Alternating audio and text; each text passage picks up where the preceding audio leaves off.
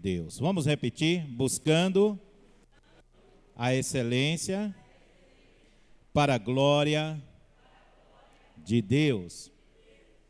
Essa palavra excelência, no latim, ela fala de algo superior, fala de algo elevado. Podemos traduzir da seguinte forma: tudo aquilo que você faz que deve ser o melhor. Fale assim: tudo que eu fizer deve ser o melhor. Então, excelência é você fazer algo o teu melhor. Tem uma palavra que em japonês, todo mundo que trabalha em empresa deve saber disso, que é Kaizen. Kai significa mudança e Zen melhor, da onde vem a ideia de melhoria contínua, né? E quem usou esta palavra de uma certa forma, filosoficamente falando, foi Aristóteles. Ele falou certa vez: a excelência somos o que repetidamente fazemos. Então, quanto mais você faz algo, você vai se tornando excelente. Por exemplo, o Vinícius, ele pregou agora no culto da manhã, né, Vinícius? E ele já tinha pregado nos jovens a mesma mensagem. Ele disse: traz a mensagem no culto da manhã. E aí ele disse ali na porta para mim: saiu melhor do que da outra vez. É isso. Porque quanto mais, né, você vai treinando, quanto mais você vai buscando a melhoria contínua, mais excelente você fica naquilo que faz. E nós precisamos entender isso do ponto de vista espiritual, do ponto de vista profissional, do ponto de vista relacional. Amém? Em todas as áreas, eu devo buscar a excelência. E tem um versículo em Filipenses capítulo 4, versículo 8, que diz assim, Filipenses 4 e 8. Finalmente, irmãos, tudo que for verdadeiro, tudo que for nobre, tudo que for correto, tudo que for puro, tudo que for amável, tudo que for de boa fama, se houver algo excelente, amém? Excellia em latim, se houver algo excelente ou digno de louvor, pensem nestas coisas. Se você está sempre colocando na tua mente fazer o melhor, lá na tua escola, no teu trabalho, na tua família, quando você estiver fazendo as coisas de casa, quando você estiver trabalhando na tua empresa, você vai fazer o melhor, porque a Bíblia diz que nós devemos sempre pensar em algo que for bom, de boa fama, digno de louvor. Amém? E a Bíblia diz ainda que devemos fazer isso como fazer para o Senhor. Deixa eu dizer algo importante. Você só vai ser lembrado se você fizer algo excelente. Repita comigo assim: eu só vou ser lembrado se o que eu fizer for excelente. Vocês pegaram a visão? Agora essa palavra vem na mente direto. Pegaram a visão? Você só vai ser lembrado se você fizer de forma excelente. Olha, havia um rei que vocês já ouviram falar, chamado Saul. Primeiro rei de Israel. A Bíblia diz que Saul começou a desobedecer a Deus e com isso começou a ficar perturbado. confuso na sua mente. E espíritos malignos começaram a se apossar de Saul. Uma certa vez ele disse assim para o seu criado: você conhece alguém que toca muito bem? Eu quero que alguém que toque muito bem me ajude. E o seu criado disse: eu conheço um jovem, filho de um certo homem chamado Jessé, que ele toca muito bem. Ele é um jovem corajoso, valoroso, ele é um jovem de boa fama, de boa aparência, ele é forte. Agora, preste atenção comigo. Aonde Davi se encontrava? No campo. Davi não era um camponês ou um ovelheiro famoso. Era um jovem, um adolescente, talvez de 15, 16 anos, 17 o máximo.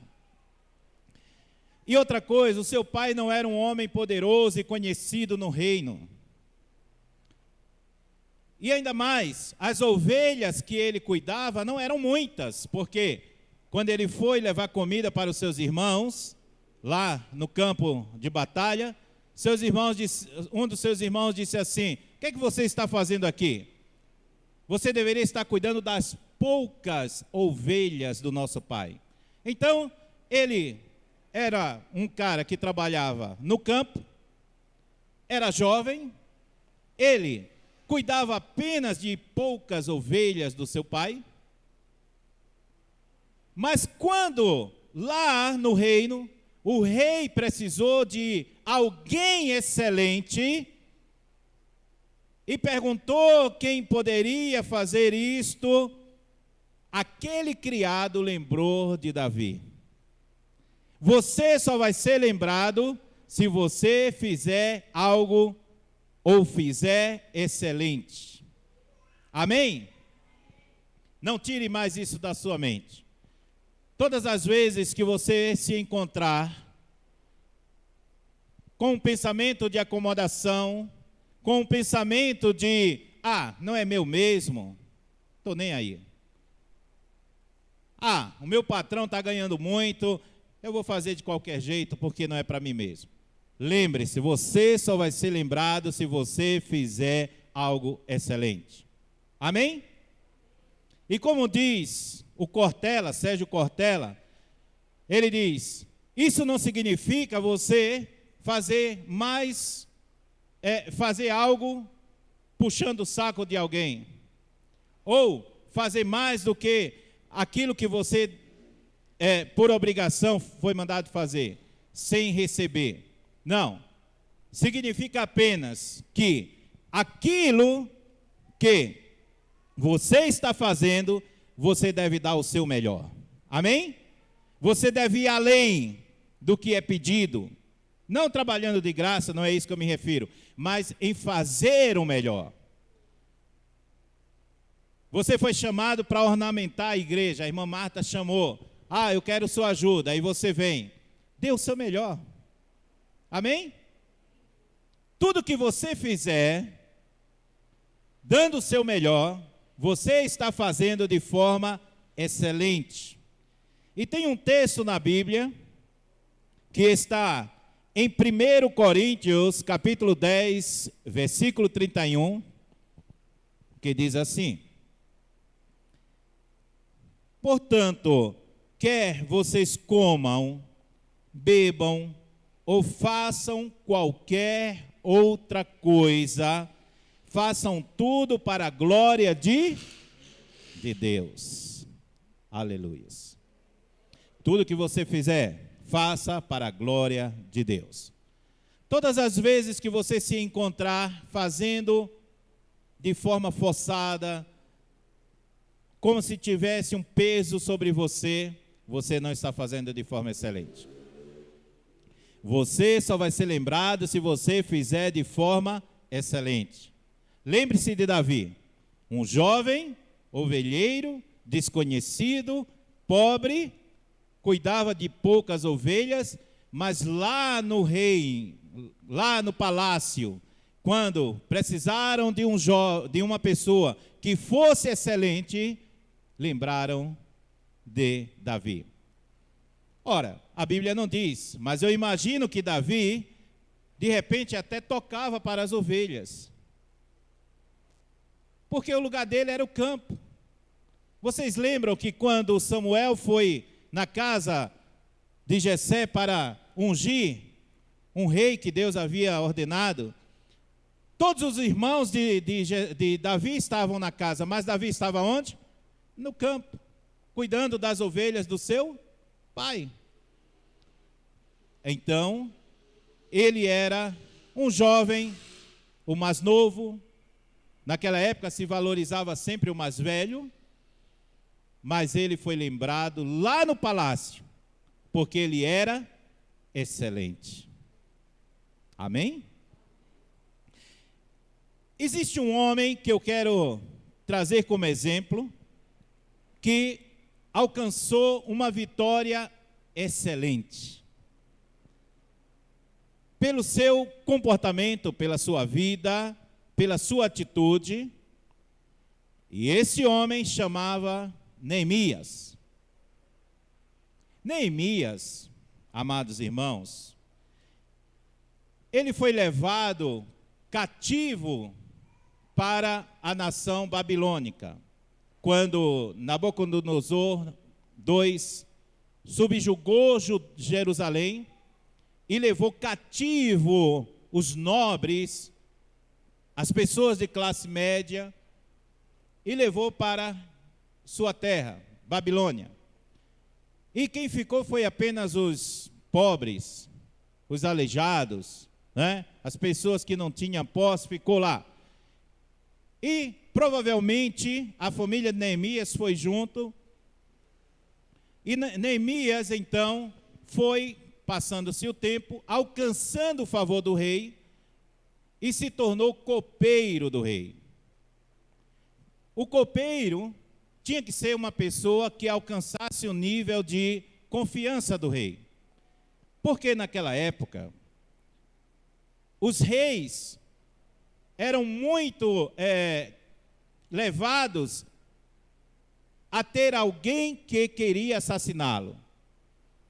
Então, ou se colocava uma serpente na cama do rei, quando ele fosse deitar para ser picado, ou envenenava a comida do rei, ou procurava, na politicagem ali, se inserir um assassino que pudesse matar o rei. Então, o rei tinha que ser protegido de várias formas. E todas as vezes que o rei ia beber algo, comer ou beber vinho, o copeiro tinha que beber primeiro, para poder, né, ter a certeza de que o rei não iria morrer. Embora ele sempre estava arriscando a vida dele, mas ele era uma pessoa de confiança do rei. E foi assim que Neemias estava. Mas lembre-se que ele ainda era um cativo de Judá. Amém? No entanto, uma certa vez chegou um homem chamado Anani, que era o seu irmão, um dos seus irmãos, está em Neemias, capítulo 1, versículo 2, e a Bíblia diz que Neemias perguntou para Anani: como é que está Jerusalém? Como é que está a nossa terra? E Anani deu um relatório negativo e disse: olha, acabei de vir de lá. Aproximadamente, havia uma distância, não lembro agora, mas passava-se 4 meses para ir e voltar. E ele havia chegado.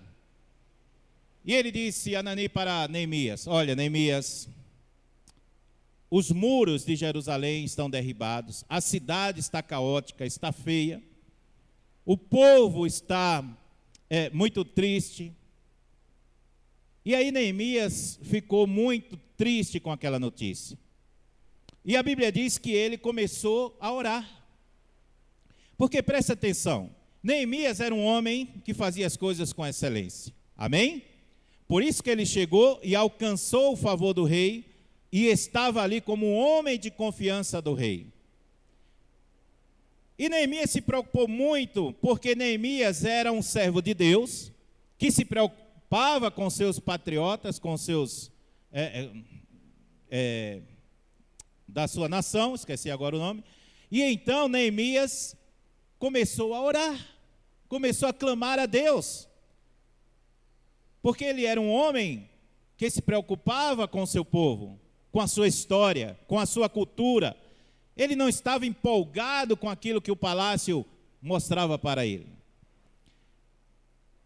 Havia uma outra preocupação de Neemias, era que quando em algum tempo atrás, alguns anos, 10 anos, 12 anos, não lembro bem atrás, Esdras havia recebido uma ordem do mesmo rei, Artaxerxes II, Artaxerxes I, se eu não me engano, havia recebido uma ordem para que a construção dos muros de Jerusalém parasse, porque havia tido uma fofoca de que os judeus estavam reerguendo a cidade e os muros, e estavam querendo se rebelar contra o rei. Então o rei disse: para a obra, e só volta a construir se eu der a ordem.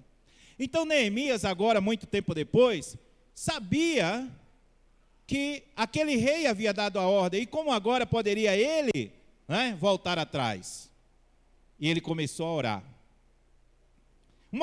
Uma pessoa que faz as coisas com excelência, a primeira coisa é, ela confia no seu Deus. Amém? Ela busca a excelência em primeiro lugar, orando ao seu Deus. Neemias vai orar. A segunda coisa que me chama a atenção na vida de Neemias é que ele não ora de qualquer maneira. Até na oração você tem que estar com excelência, excelia, amém? Você tem que ter excelência para orar. Às vezes, vamos orar.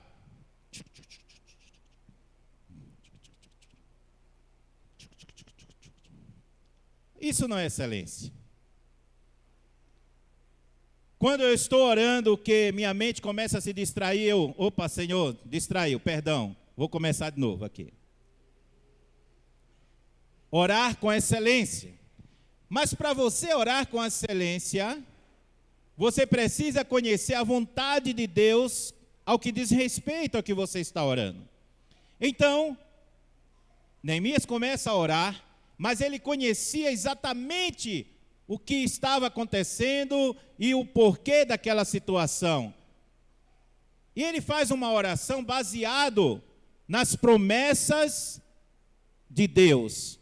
Ele faz uma oração baseado naquilo que Deus havia dito: se o povo pecasse, Deus mandaria uma nação poderosa, e essa nação haveria de subjugar o povo dele. Vocês entendem isso? Então, meus amados irmãos, quando ele ora, ele pede perdão ao Senhor. Senhor, me perdoa e perdoa os pecados do meu pai. E ele ora. E a Bíblia diz que se passaram 4 meses enquanto ele orava. Um dia, estava a rainha, o rei,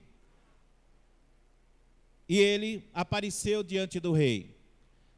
Naquela época, os reis, se eles sentissem que aqueles que estavam ao redor dele estivesse triste, estivesse desgostoso, alguns chegavam ou a despedir ou até mesmo mandar matar, porque na concepção do rei, ele era o ápice da felicidade. E todos que estivessem ao redor dele tinham que ser felizes. Então o camarada estava triste, mas estava com os dentes abertos, mostrando. Por quê? Senão ele poderia morrer, ou ele poderia ser despedido, dependendo do humor do rei. Aquele rei percebeu que Neemias estava triste. Capítulo 2 de Neemias. E o rei disse: o que está acontecendo, Neemias, com você? Seu semblante está caído. E ele disse: como meu rei, meu senhor, eu não posso estar assim. Aí, Deus nos dá sabedoria. E Deus deu a ele sabedoria. E ele fez uma apelação emocional. Ele disse assim: olha, o sepulcro dos meus pais, aonde eles foram enterrados, a minha história está toda lá. E o local está devastado. E o rei, comovido, porque Deus estava naquele negócio. Uma outra coisa, falando de oração e da excelência, é que quando o rei aborda Neemias e pergunta o que está acontecendo, a Bíblia diz que Neemias ora de novo ao Senhor. Depois o rei diz assim: o que eu posso fazer? O que você quer? O que você precisa? Aí ele ora novamente. Ele era um homem de excelência na oração. Amém? E a Bíblia diz então que o rei, ele falou o que ele queria. Isso me fala outra coisa importante. Neemias tinha um plano bem definido acerca daquela situação. Porque quando o rei pergunta para ele, e a gente pode ver isso em Neemias, capítulo 2, no versículo 5, depois que o rei pergunta, ele faz uma oração rápida. No versículo 5 ele diz: se lhe parecer bem, e se o rei for favorável a mim, seu servo, peço que me envie ajudar para reconstruir a cidade onde meus antepassados estão sepultados. E aí, se você for ver, no versículo 7, ele diz: se lhe parecer bem, gostaria que o rei me desse cartas para levar aos governadores da província a oeste do rio Eufrates, com instruções para que eles permitam que eu viaje em segurança por seus territórios até chegar em Judá. E ele então começa a descrever a necessidade que ele tem, os recursos que ele precisa para que ele faça ali o que for necessário. O que isso fala para mim? Que Neemias estava 4 meses orando com excelência, mas também estava planejando. Ninguém pode alcançar a excelência se não planeja. Pessoas que fazem tudo na improvisação. Vamos dar um jeitinho aqui, vamos dar um jeitinho ali. Eu não pensei, mas vamos fazer assim. E faz da improvisação um hábito. Esta pessoa não é excelente. A pessoa que quer alcançar e busca a excelência, ela está sempre planejando, organizando, se preparando. Claro que ela não vai alcançar a perfeição, ela vai falhar aqui e ali, mas ela é uma pessoa organizada, planejadora. Ela vai e coloca no papel e começa a pôr diante do Senhor. 4 meses orando, mas 4 meses planejando. Amém? Quando o rei, o que me fala essa situação? É que Neemias já estava certo de que Deus iria balançar o coração do rei. Amém? Por quê? Se ele planejou, se ele demonstrou ali naquele momento a tristeza, é porque ele esperava que o rei pudesse dar uma resposta para ele. Quando você orar, ore com a convicção que Deus irá te responder. Amém? Planeje, se organize. Glória a Deus. Neemias liderou com sabedoria e coragem. Uma vez agora que ele estava com os recursos, tudo que ele precisava, o rei disse: olha, você passa ali na mata do rei. Era um local muito grande, bonito, cuidado por um homem chamado Asaf. Você passa lá e você vai precisar de madeiras, fala com ele e pega todas as madeiras que você precisar. Você pode pegar também soldados. Tudo que você precisar, você leva. E eu vou dar carta para você, para onde você passar, os pachás, que eram chamados pachás, governadores, aonde você passar, os pachás liberarem a tua entrada e saída. Melhorou? Então, o que acontece? Lá estava Neemias indo em direção àquilo que Deus havia colocado no seu coração. Amém? Preste atenção. Ele tinha um plano bem definido, como eu falei. Ele liderou com sabedoria e coragem. Ele organizou aquelas pessoas que ele precisava levar. Ele pegou os recursos que o rei havia disponibilizado e ele foi em direção à cidade de Jerusalém. Ok? Muito bem. Eu quero frisar algo importante. Neemias também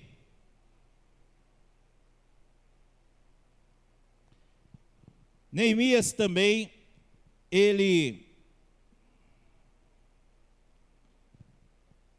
quando chega na cidade, a primeira coisa que ele faz, ele não vai correndo dizer, olha, o rei me enviou, eu estou aqui com soldados e recursos, eu vou chegar agora e vou abafar. Não. O que foi que Neemias fez? Ele ficou 3 dias analisando o local. Amém? Ele pegou um jumentinho, animal simples, montou nele e saiu pelos muros da cidade, olhando. Ninguém percebia que era alguém diferente que estava ali. Disfarçadamente, ele foi na parte sul, na parte leste, e ele foi andando. Alguns lugares estavam tão ruins que ele teve que ir andando. Ele fez uma análise da situação, do que ele poderia fazer, e então ele volta. Isso passou-se 3 dias. Ele reúne os líderes da cidade e diz, olha, agora sim, ele se apresenta, eu vim da parte do rei, eu tenho os recursos, eu tenho os soldados, agora eu quero que vocês me ajudem. Reúna o povo e vamos reconstruir a nossa cidade. Amém? Vamos reconstruir a nossa cidade. E eles começaram. Amados irmãos, Neemias tinha tudo planejado. E para que a mensagem não se alongue, porque você tem tantas lições aqui importantes na vida de Neemias, que você passa a noite extraindo aqui coisas importantes para a sua vida. A Bíblia diz que Neemias começou a trabalhar. Começou a trabalhar porque ele tinha tudo planejado. Amém? Ele tinha tudo planejado.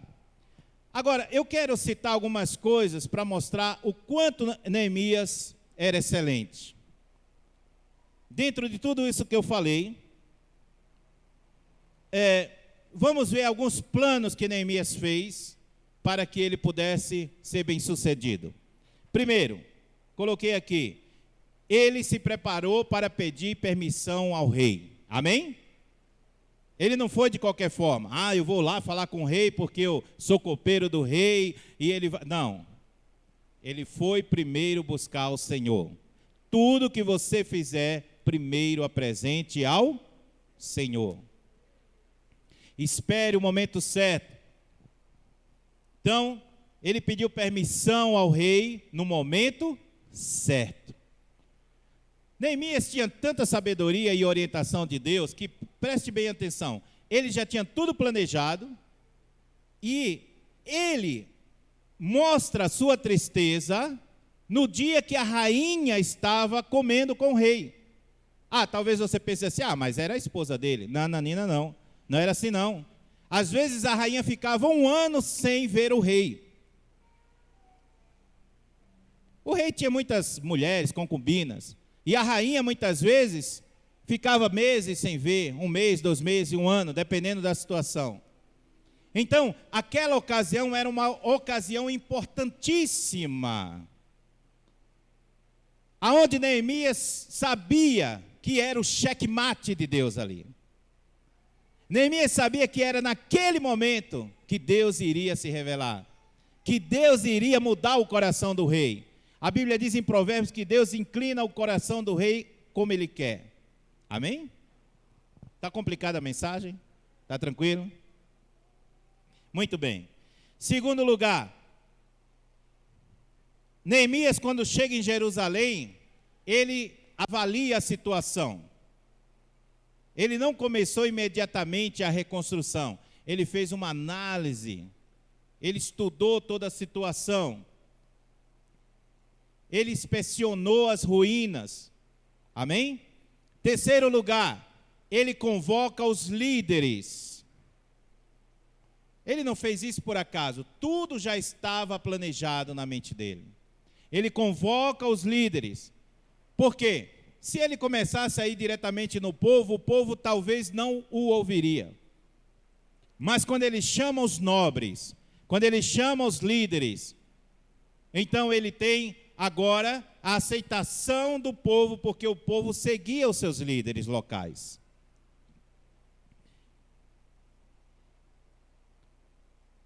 Quarto lugar, ele organiza as equipes de trabalho.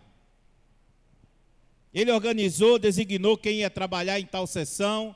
Você, sua equipe vai trabalhar nesta parte, você vai trabalhar nessa, você e sua família vai ficar lá nas partes baixas do muro, você vai trabalhar lá na parte de cima, você vai trabalhar aqui, etc, etc, e ele saiu organizando. Uma pessoa que trabalha com excelência, ela é organizada. Ah, mas caramba, não deu tempo. Opa! Isso é apenas uma desculpa para uma pessoa relaxada. Uma pessoa com excelência, ela sempre vai se organizar, se preparar, se planejar para que ela seja bem-sucedida.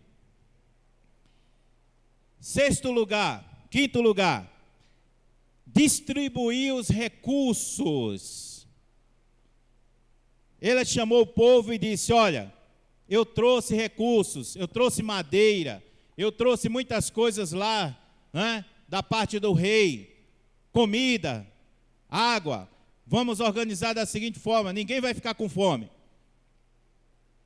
E começou a distribuir os recursos, os materiais de trabalho e assim por diante.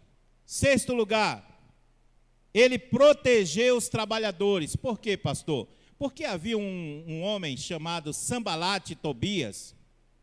Sambalate era um governador já idoso de Samaria, e Tobias era um servo, aparentemente, e havia outras pessoas ali que não queriam que os judeus reconstruíssem o muro, porque se eles fizessem isso, como ali era uma nação, várias nações escravas, então se eles reconstruíssem o muro, Samaria enfraquecia.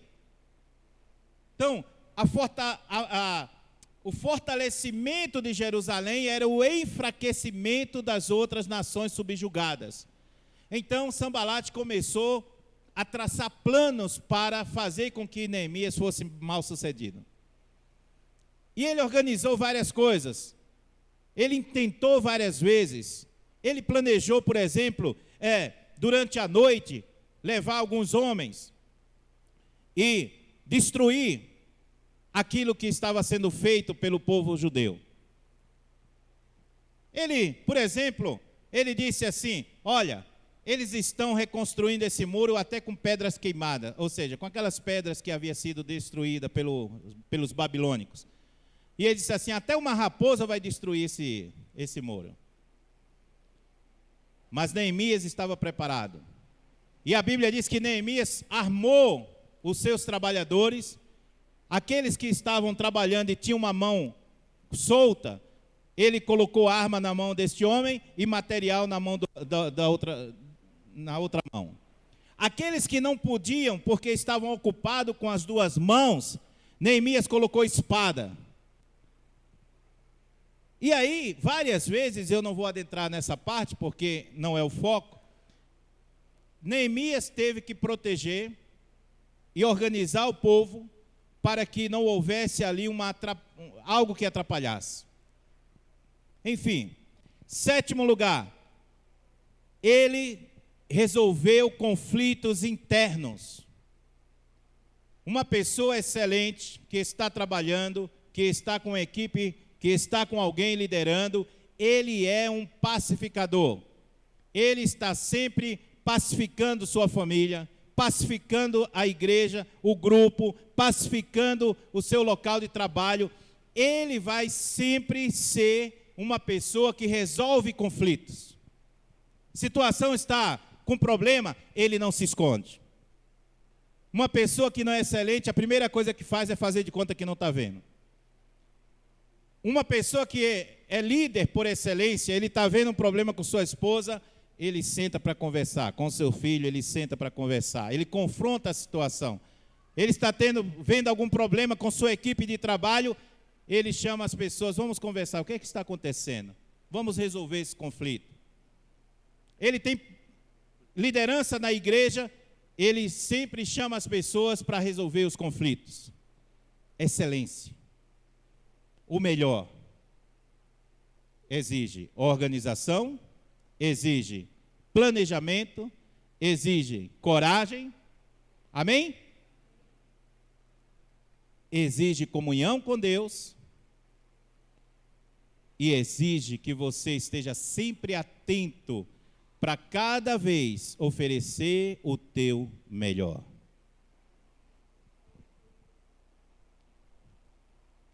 Finalmente, com todas as dificuldades que eu não frisei aqui, foram muitas, porque não pense que você, por ser uma pessoa que faz as coisas com excelência, se organiza, se planeja, não pense que você não vai ter problema, você vai ter muitos. Satanás vai se levantar de todas as formas, pessoas com inveja vão se levantar contra você, e outras situações do dia a dia vai se levantar contra você, porém, você será mais do que vencedor em Cristo Jesus. Amém? E eu quero concluir. Se você é uma pessoa que faz as coisas com excelência, você entenderá que tudo que você fizer com excelência será para a glória de Deus. Você entenderá que só será lembrado aquelas pessoas que fazem com excelência, que dão o seu melhor. Não se importe se você, eu moro ali numa casinha discreta, ninguém nunca vai me ver. Não se preocupe com isso. Faça com excelência. Porque eu sou uma pessoa simples, eu não tenho uma roupa de marca. Não se preocupe com isso. Faça com excelência. Tudo que você fizer, faça com excelência.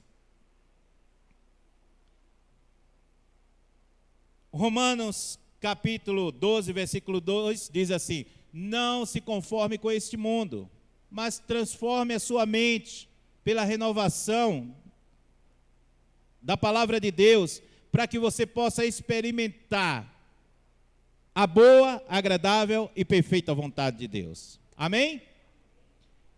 Em Gálatas capítulo 6, versículo 9, diz assim: não se cansem de fazer o bem, pois, se não desanimarmos, colheremos uma colheita no momento certo. Se você faz com excelência, em algum momento você vai colher com excelência. Agora, pega essa daí. Uma pessoa que faz as coisas com excelência, atrai pessoas com excelência. Repitam comigo. Uma pessoa que faz as coisas com excelência, atrai pessoas com excelência. Se você faz tudo de forma relaxada, você vai atrair pessoas que fazem também desta forma. Mas se você dá o seu melhor, além de atrair aqueles que fazem com excelência, você pode estar ajudando alguém a se corrigir e dizer, olha, fulano faz tudo bem feito. Eu sou meio relaxado, eu vou começar a melhorar. Amém? Então, meus amados irmãos, é preciso que nós tenhamos um compromisso com Deus e nos corrigirmos no nosso dia a dia, nas nossas atitudes. Se há algo em nós que não é excelente, nós precisamos começar a pôr excelência na nossa vida. Para você começar a pôr excelência na sua vida, não é fácil. Sabem por quê? Porque isso exige sacrifício. Fale comigo, sacrifício. Persistência. Continuidade. Ânimo. Coragem. Fé. Certeza absoluta que você vai alcançar o teu objetivo. Amém? Vamos ficar de pé em nome de Jesus.